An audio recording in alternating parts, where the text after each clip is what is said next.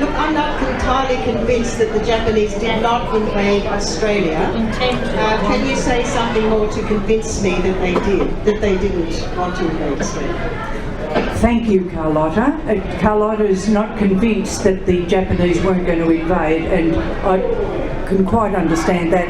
I thought the Japanese were going to invade until I was doing a lot of reading about it, and I found that all the reputable historians that comment on this have come to the conclusion that there is no evidence that they were going to invade. Now, one of the books that is very significant is Dr. Peter Stanley's book, Invading Australia, where as he was the historical, I can't remember his actual title, but it was in the history part of the War Memorial for many years, where he has assembled it.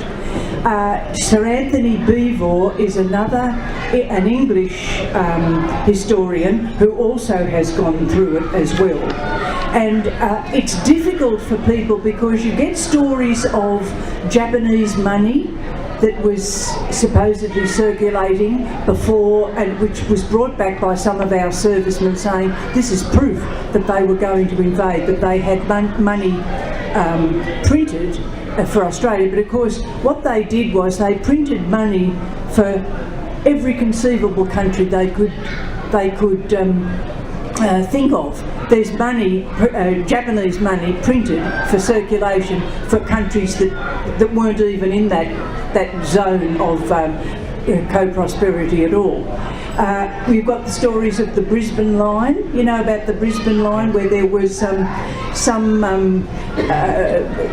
talk in the context of the fear of what was going to happen, that if the worst came to the worst, then the population should sort of retreat to the south and perhaps the north could be offered. This is talk that went on.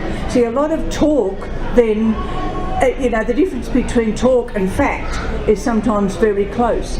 But I can only present, and what I've done in my PhD is present the history, including what is written in the Australian official record, the official Australian history, which is available on the internet, the 1957 there, where they came to the conclusion then that there was no credible plan by the Japanese to invade. And as I said it, there were hotheads in the Navy who were on for it. But it was totally scotched. One of the difficulties is understanding how the Japanese military operated. It's a very different system as I understand it. An enormous number of decisions were left to the Navy, an enormous number of decisions were left to the Army. There was no overall cohesive group. Even the Emperor, they would tell the Emperor what was going to happen. He had no real control, not like our government does. So for these young Navy fellows to say we should invade Australia, that was they put forward something, but it was immediately scotched by the Army, who just said they could not do it because they did not have enough men. So all that has come out. Certainly more in recent years, say the last 15 years, 20 years. And one of the significant things is that all the Japanese plans that are available now have actually all been translated into English, and that's one of the resources that these historians have been able to use. Another eminent authority is Henry Frey, F-R-E-I, who's written papers that are available on the internet, as well as his books looking at the plans of the Japanese during the war, and his conclusion is they did not intend to invade Australia. So that's where I got mine from. Okay, is that all right, Carlotta? That's Henry Frey, F-R-E-I, and Peter Stanley.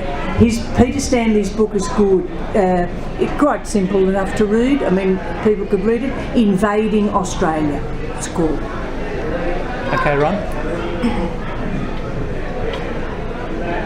Just a couple of questions.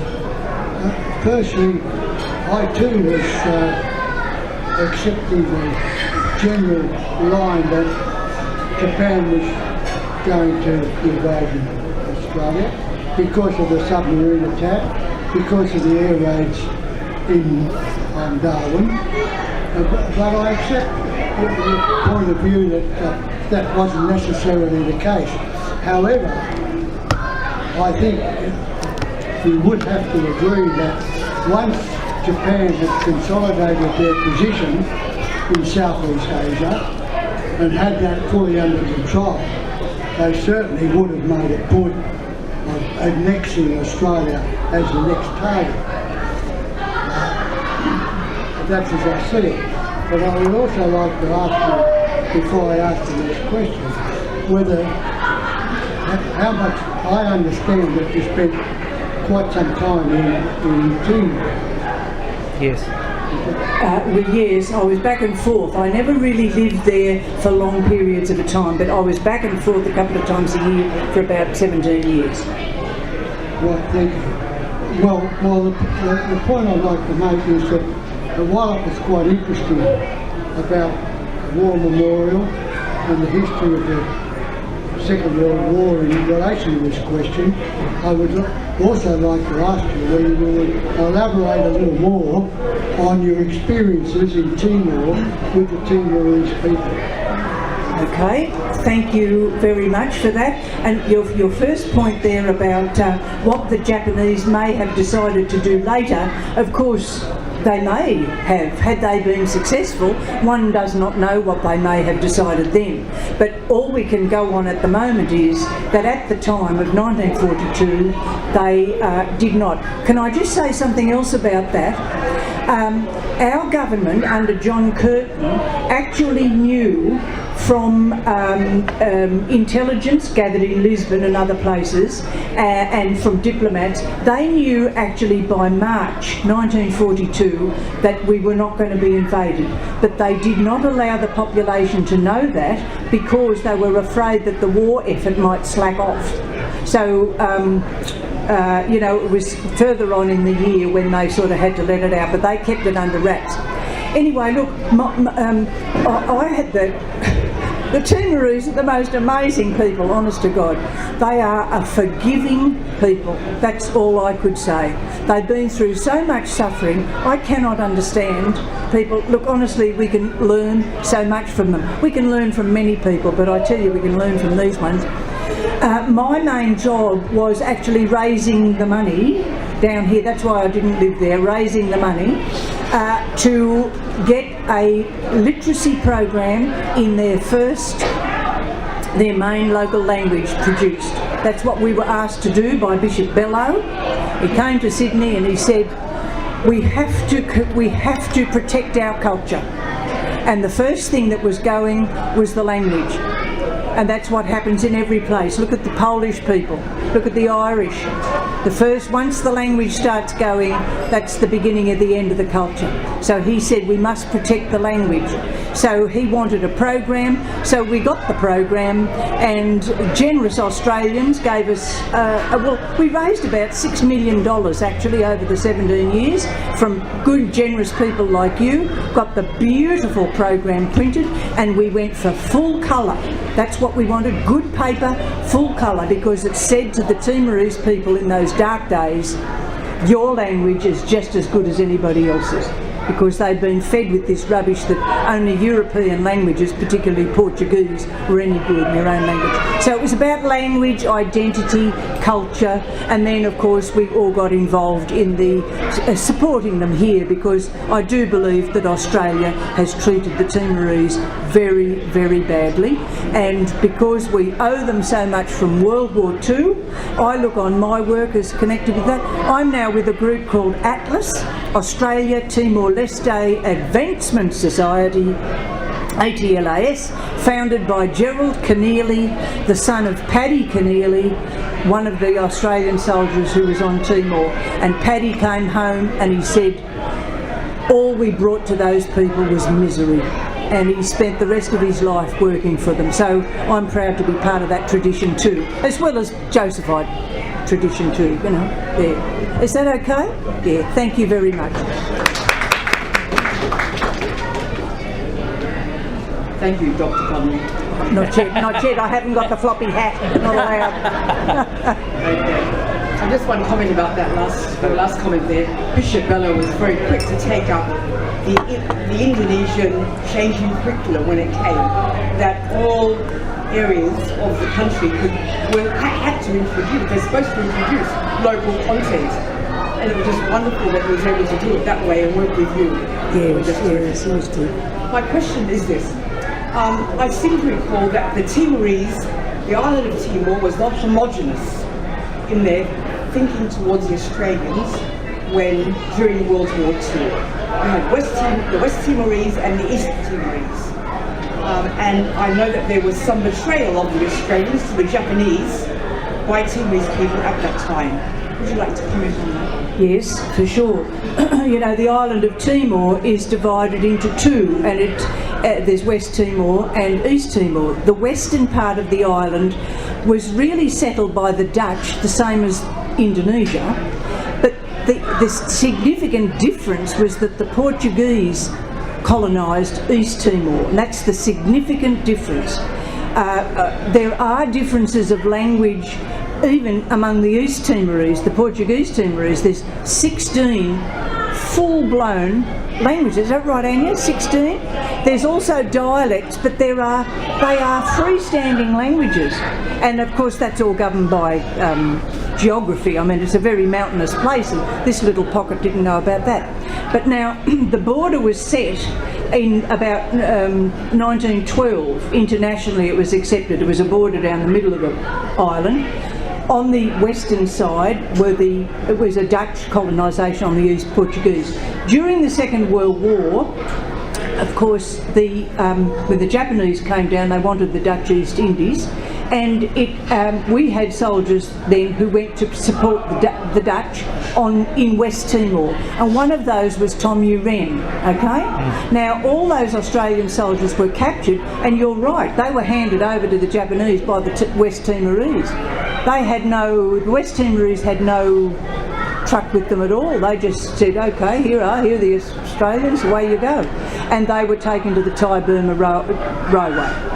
But in East Timor it was entirely different, and that has made the difference, really. The East Timorese really wanted the Australians to stay and get rid of the Portuguese, and that's on that leaflet. That was the intimation that there were sort of little promises there. Not so much, not only getting rid of the Japanese, but to get rid of the Portuguese. But when we withdrew, the Japanese were there, and then after the war the Portuguese administration just came back, so the Timorese got nothing except 40,000 dead. Is that all right? Can't see the lady. Is that okay? Yeah, okay. Okay, Charlie. Just come up behind the microphone when you want to ask a question. You have to lift it up. That's it. Charlie Bradley. Yep. Thank you very much. You were particularly influential in my philosophy of education. In your last presentation, the politics in the pub. I hope you might be influential with regard to the issue that goes today. My question was going to be, did you raise in your thesis issues with the curriculum? And you answered that and gave an example. My interest over the last 40 years has tended to be in materials, the sorts of materials that the National War Memorial is doing absolutely excellent work in. Do you have any comment about the way in which that a general curriculum outside the written one is influenced adversely or positively by the materials from the national curriculum, from the National War Memorial? Do you have any general comment about the way in which that procedure is central? Because more and more we're going to be dependent upon those materials that are developed by bodies such as the War Memorial.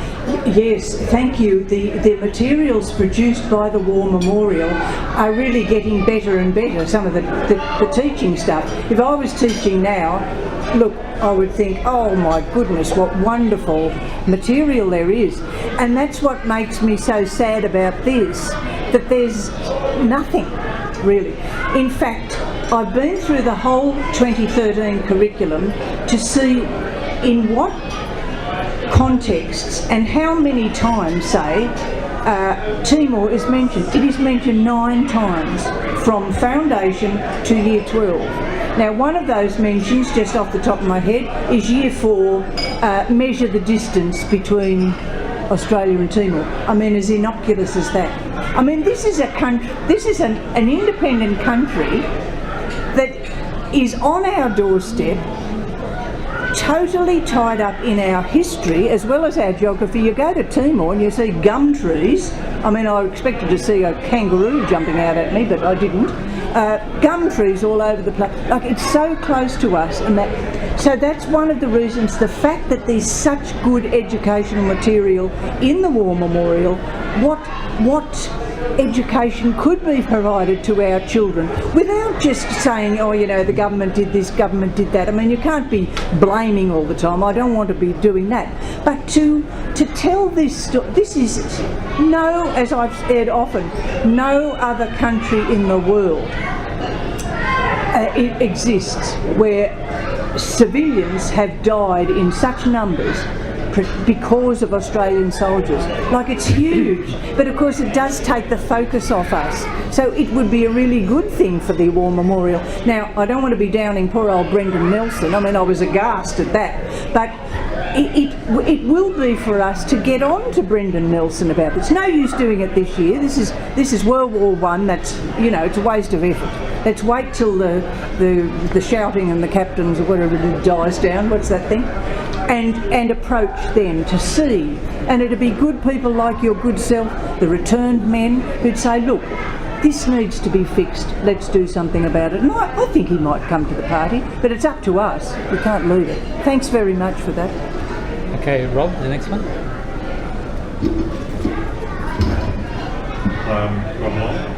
Thanks very much for that speech. You've really blown me out of the water with all my myths about the Brisbane line, and my father spent the whole of World War II in Moreton Island and off Townsville, and he told me the whole time that he spent the whole war defending against Japan. So you've really, and I think as a few people have said tonight, that's a really huge thing, what you've exposing that lie that has been through the whole time. But my question's not about that, because you really got me again on, I know I just got a little piece of what happened yesterday in Canberra and Andrew Wilkie's speech in relation to the disgraceful episode of Australia's history where we were trying to steal gas and oil off possibly the poorest country, well, definitely the poorest country in Asia, but definitely one of the poorest countries, and we were stealing their oil and gas. And so what my question is, what can we do to expose and support Andrew Wilkie's campaign and the campaign that you're obviously part of to defend this disgraceful process that's happening right now? You can write your name down and your email address in that book to start with. That'd be great, and anybody else, because I tell you, people are on fire. People are really, really upset about this, and we really cannot let this go. And as a couple of gentlemen here who know far more about Timor than I do, John Waddingham's here. Where's John? John, oh my God. Anya Detman, oh my God. But this is much broader than Timor, okay? It really is about so many things, about our democracy, about who's got the right to speak, about silence, about control, about the Home Affairs Department. It's really a very serious thing, and I thank you for your comment there, because so, I don't know what's going to happen. I'm still reeling. I've just driven back from Canberra, really, but we'll need to we just cannot stand back and take this. Well, Timor is the catalyst of it, and people need to know that story. You know, you could correct me on this, but my first reaction really was, what a stupid thing to do. What a stupid thing to do. Timor has withdrawn its case. Timor was going to take Australia to The Hague because of the spying. But as part of the compromise over the signing of the new Timor Sea Treaty, the Timorese backed off, which is, you know, I mean, some people were saying, for goodness sake, why do they do that? But, like, it's part of compromise, isn't it? You back off. What's the point? What was the point, I suppose, they were thinking? So I thought, why on earth would you bring it up again? Especially when there's really deep-seated feeling among an increasing number of Australians about Timor. And I think we've really got to tap into that again. And look, it's an opportunity to again tell the story, especially to the younger generation, because they're not getting it in school. So, look, I have no idea what we're going to do, but I thank you for your name, and I know, well, we just never know what might happen. We'll have to, let's not wait for some great bureaucratic thing, you know, with a president and a secretary and a treasurer. Let's not wait. No. We don't wait. No, we don't wait. We need to. But if you're happy to put your name in my book, anything I find out, I'll let you know, okay? I'll do another list and we can get into it and do something. Thank you very much. Good. I should have put a bit of paper. Thanks, yes. Pass that around, yes. And the, good. Thanks very much for your time and your presentation this evening. I'd like to just start out first with a comment in regards to what you were talking about, information about Timor-Leste being taught in schools. My wife has just spent a month or so teaching as part of the geography curriculum in years 3 to 6 about connections between Australia and Timor-Leste. So she spent, so it is being included to some degree. I think the problem is probably more about the lack of understanding by teachers who are asked to be taught that in the curriculum, rather than the absence of in some parts of the Australian curriculum at the moment. So that's just a comment. My question, if possible, I'd like to move forward to the present, if we may. In Timor-Leste, as you're probably aware, there have been 2 elections held over the last 12 months. In the first case, Fretland had the opportunity to form a minority government under Alpatiri, and the opposition then conspired against them so that they couldn't pass legislation, and the end result was when fresh elections were called. The AMP, the coalition set up by Shannon Gusmao, was then successful in gaining a majority. I think they gained an outright majority, I'm not quite sure. Yeah. They did. Potentially with Shannon Gusmao then being the new Prime Minister. He now has stepped aside in favour of Tau Martin Ruak, a man he was at loggerheads with only 4 or 5 years ago.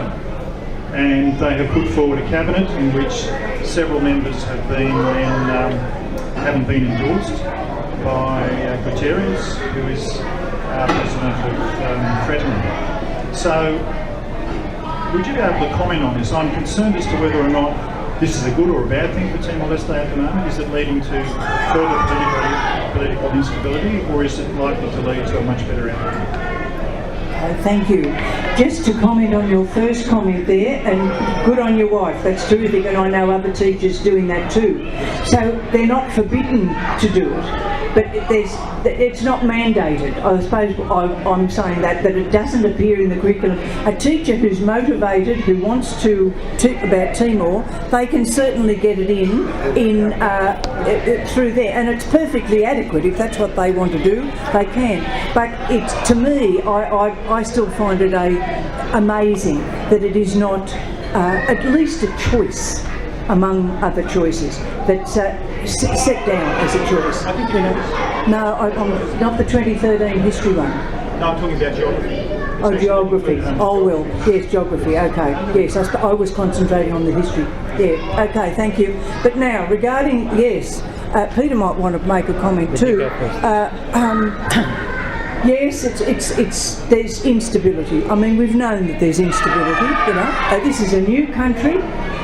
awfully unstable, and there's corruption in Timor. I saw this terrible article in the Washington Post just last week where 9 members of the elected group cannot take their places because they're under a corruption cloud, you know. So, like, terrible, really awful. And of course we don't have corruption in Australia, of course, so we're able to really say about this. And look, I don't it's awful. People should not be corrupt, and they should, you know, be taken to the cleaners, etc., etc. But I do think, you know, that we've got to be very, you know, I know you're not pointing the finger, but like, so much time, so much money, so much energy has just been spent by Timor on trying to get from Australia the Timor Sea, what is their right in the Timor Sea. For years we've been saying, wouldn't you think we'd do the right thing and allow them to get on with it instead of thwarting them at every single turn. But look, Peter, you might like to comment. I know you and other people might like to too. Look, I'm not really aware of all the ins and outs in the Timorese thing. I've always made it my express position. And I used to go to mass with them. Fratlin would sit on one side and UDT people, this is in Australia, on the other. And I said, I'm not getting into this. And I told them, as far as I'm concerned, you're Timorese. You know, all this is rubbish. They do hold their political beliefs very, very close to their chest, but I don't have to get into that. You know what I mean? And hopefully the next generation won't be there. I'm happy to fight the language battles, and we're still fighting those ones. But as for the political, I'll leave this for Peter. Here we are, Peter. I'll be brief too. I think the real nub of your question is, are these events going in a good direction or a bad direction? How can we assess? So, so far, the processes have all been constitutional. I think this is the first thing, that the President didn't swear in a number of people proposed by CNRT, but he didn't refuse either. He simply referred them to the court, to the judiciary, for a further report. But he has pointed out that if a person in the government is subjected to a charge which has a sentence of more than 2 years, if convicted, then they have to be, it's in the Constitution, they must be suspended from their role in government. And if they are charged with something that involves a sentence of less than 2 years, the Parliament should decide whether they should be suspended. So the President doesn't decide. So the thing's quite in midstream right now. So Shanana, or the CNRT, has taken a court action to clarify that particular point that I've just expressed to you. So I'm not going to guess on the court, but I think the Constitution's in black and white. So probably the court will say, no, the President has been constitutional in what he's done so far. So then it will be a matter of negotiation. But the point the President is raising is, why would you make somebody a cabinet minister and then they're immediately suspended when we really want the government to work? And I think that's a very real issue and a very responsible approach.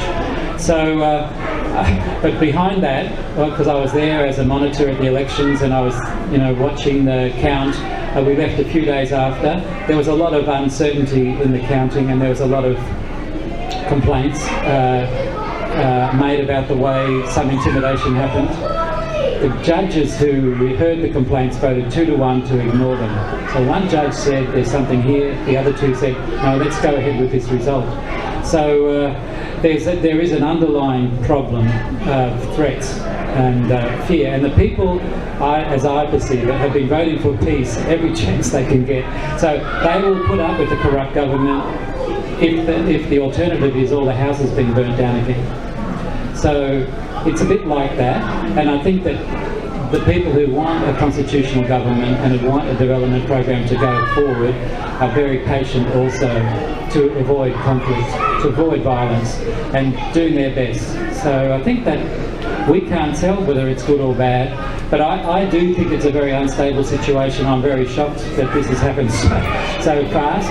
And perhaps when I left Dili, people were saying within 1 to 2 years the government will change, because they didn't have any confidence that either Shanana or Tao Maganrua could really administer the executive.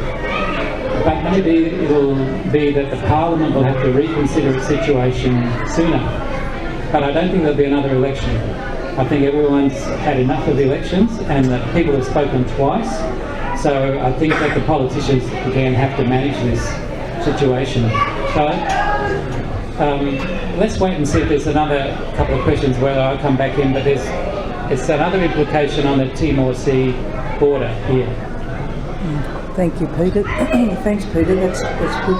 Can I just add just a quick thing there, which is that the Timorese aren't starting from square one. As we know, there's a lot of history there, a lot of history internally. I mean, there was a civil war in 75. 2 weeks where about 1,500 Timorese were killed by other Timorese, and no justice has ever been done. Nobody's ever been brought to account. Now, those rivers of emotion and blame and that really run deep in people. I know I'm very connected with the Timorese community here in Sydney, and there's a lot of human work to do. I'm not, I don't want to, you don't exonerate corruption on that, but there are problems at many, many levels in the Timorese, as there are in the Sudanese and the Vietnamese. Go, Deirdre. Can you pull that down? Okay, I just want to ask about myth making and freedom of speech, and just thinking about, it's good to know Brendan Nelson could be persuaded to put more historical information about World War II and the Timorese. That's very good to know, and I think we should work on it. But just generally, Anzac Day in Australia is being deified, and no one's allowed to say anything. And you think about that SBS journalist and Yasmin last year. Yeah. I mean, why can't people like us dare to make our voices heard on that day?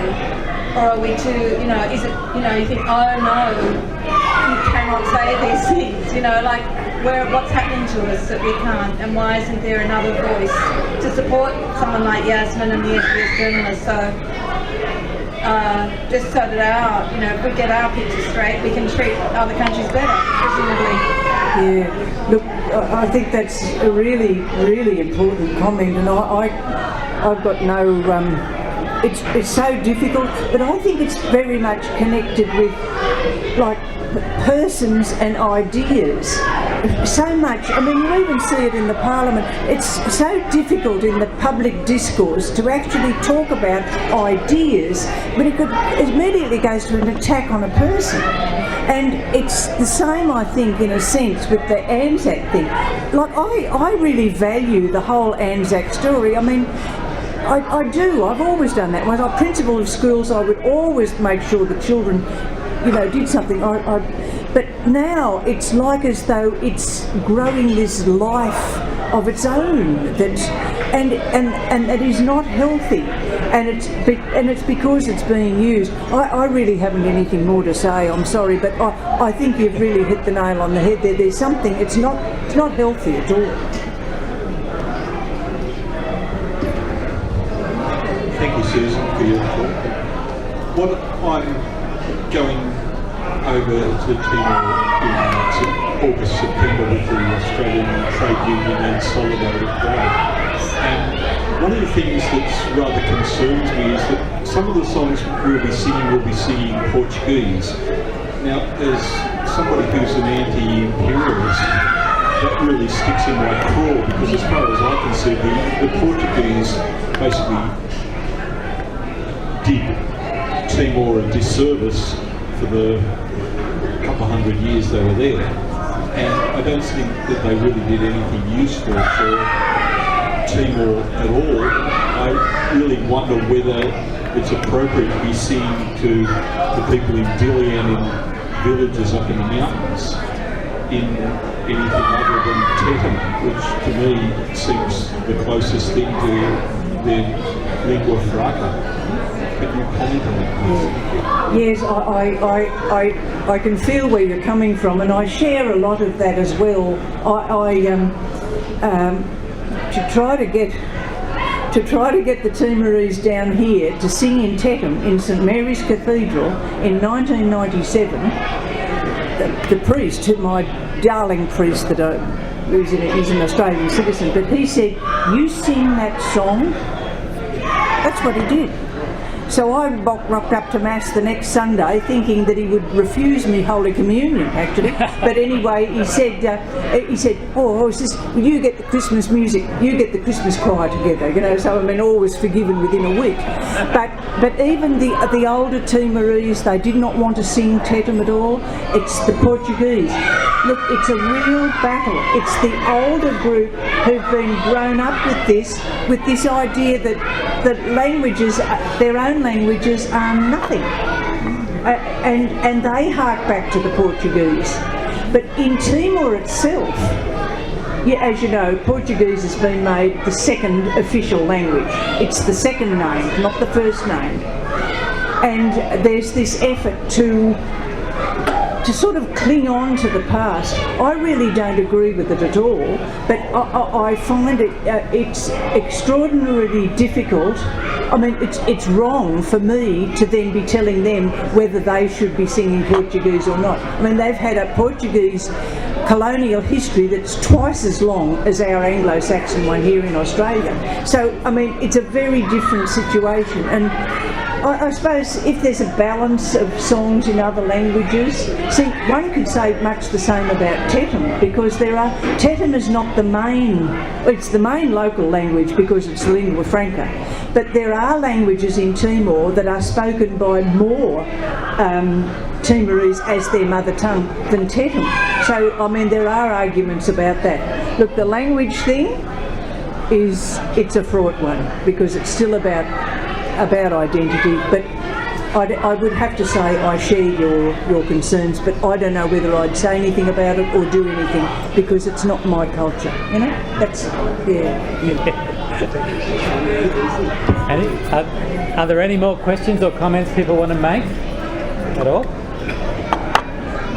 Okay. Up you go. Hang on. No, go there. Oh, sorry. Yeah. My name's Barbara Fury. Go close to the microphone. I'm wondering whether we revere the Anzacs, for want of anything else that we actually know about ourselves. Like, what do we know about ourselves? We can't say much about the blacks because we've tortured them and we still do. What is there else that there is in common that we know about ourselves? So we cling to that. Maybe I'm being put down, but what else is there? There's a lot. I'm just wondering whether that's why we desperately cling. Why we do it, yes. Or whether there's a sort of an unconscious move afoot to say that is what is about ourselves. Yeah. Because, I mean, there were hardly any women involved. I mean, really, you know. The nurses. Yeah. Oh, the nurses, yes. But, I mean, the Anzacs is, I don't know, I find it a really difficult one. Come on, Peter. Yeah, I'll just say, before World War I, there was another idea about Australia and what we had in common. It was a mixed up thing, it was racist, but it was also very democratic at the same time. So there was even a notion called the legend of the 1890s. So Australia was so famous for being a leader in the whole world in democratic practices, pro-worker practices and so on. Well, World War I and the use of Anzac has more or less rubbed it out, and now the trade union movement is fighting for its place in society, even though it's a very proud, deep place. So I think it's a political struggle, and Anzac is a weapon against the broader real Australian people. And it shouldn't be, because they were real Australian families who lost thousands of people. It shouldn't be like that. Well, there's going to be a lot more happen about Timor, but picking up on the Bernard Collaery thing, anyone who wants to just leave your details with Sister Susan. And in the paper today it said on July 25 those two will have to appear at the Magistrates Court in Canberra. So maybe there'll be something before then, but I predict there'll be something happening in Canberra that day. Yes. And let's get ourselves together and fight. It's really a very big outrage going on. So Bernard himself said that the hearing is set down for 4:15 p.m. and in all his years as a lawyer he has never known the Magistrates Court to sit at that time. Anyway. Everyone with experience knows you get called at 10 a.m. You want to say something? I'm going to check where the little book is. The paper is Where's the little book of Sister Susan going? There it is there. Okay, that's good. Okay, well look, let's give a round of applause again to Sister Susan Connelly. Thank you.